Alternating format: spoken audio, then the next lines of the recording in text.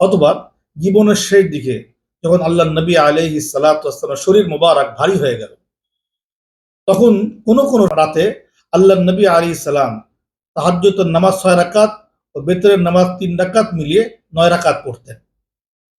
কিছু হযরত ওই সময়ের আমল বর্ণনা করেছেন এই কথা বলে যে তিনি 9 রাকাত সালাতুল বেতর আদায় করছেন। কোন কোন সময় 4 রাকাত তাহাজ্জুদ, বেতরের 3 রাকাত পড়েছেন। পরে তারা বলেছেন আওতারা বিসাবঈন, অর্থাৎ 7 রাকাতের কথা। আর যখন আওতারা বিখামসিন বলা আছে, সেখানে ইতার দ্বারা উদ্দেশ্য হলো সালাতুল উইতর উদ্দেশ্য, আর তার পরবর্তী 2 রাকাত বেতরের তাবে বা পরিশিষ্ট বানিয়ে তারা গণনা করে বলেছেন আওতারা বিখামসিন, অর্থাৎ 5 রাকাতের কথা।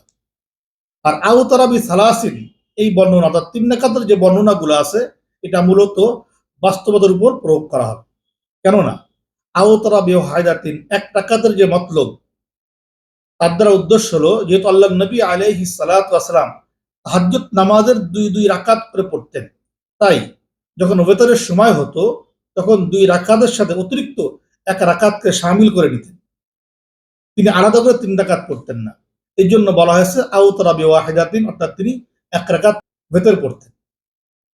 এখন প্রশ্ন যে তিনি 1 সালাম আদায় করতেন না 2 সালামে, এই বিষয়ে কিছু মতভিন্নতা রয়েছে।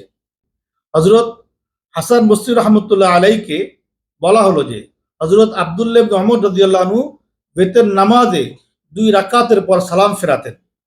তখন তিনি বললেন তার ওয়ালিদ হযরত ওমর রাদিয়াল্লাহু আনহু, অর্থাৎ তার পিতা হযরত ওমর রাদিয়াল্লাহু তাআলা আনহু তার চেয়ে বড় ফকিহ ছিলেন। তিনি দ্বিতীয় রাকাতে সালাম না ফিরিয়ে আল্লাহু আকবার বলে তৃতীয় রাকাতে দাঁড়িয়ে যেতেন।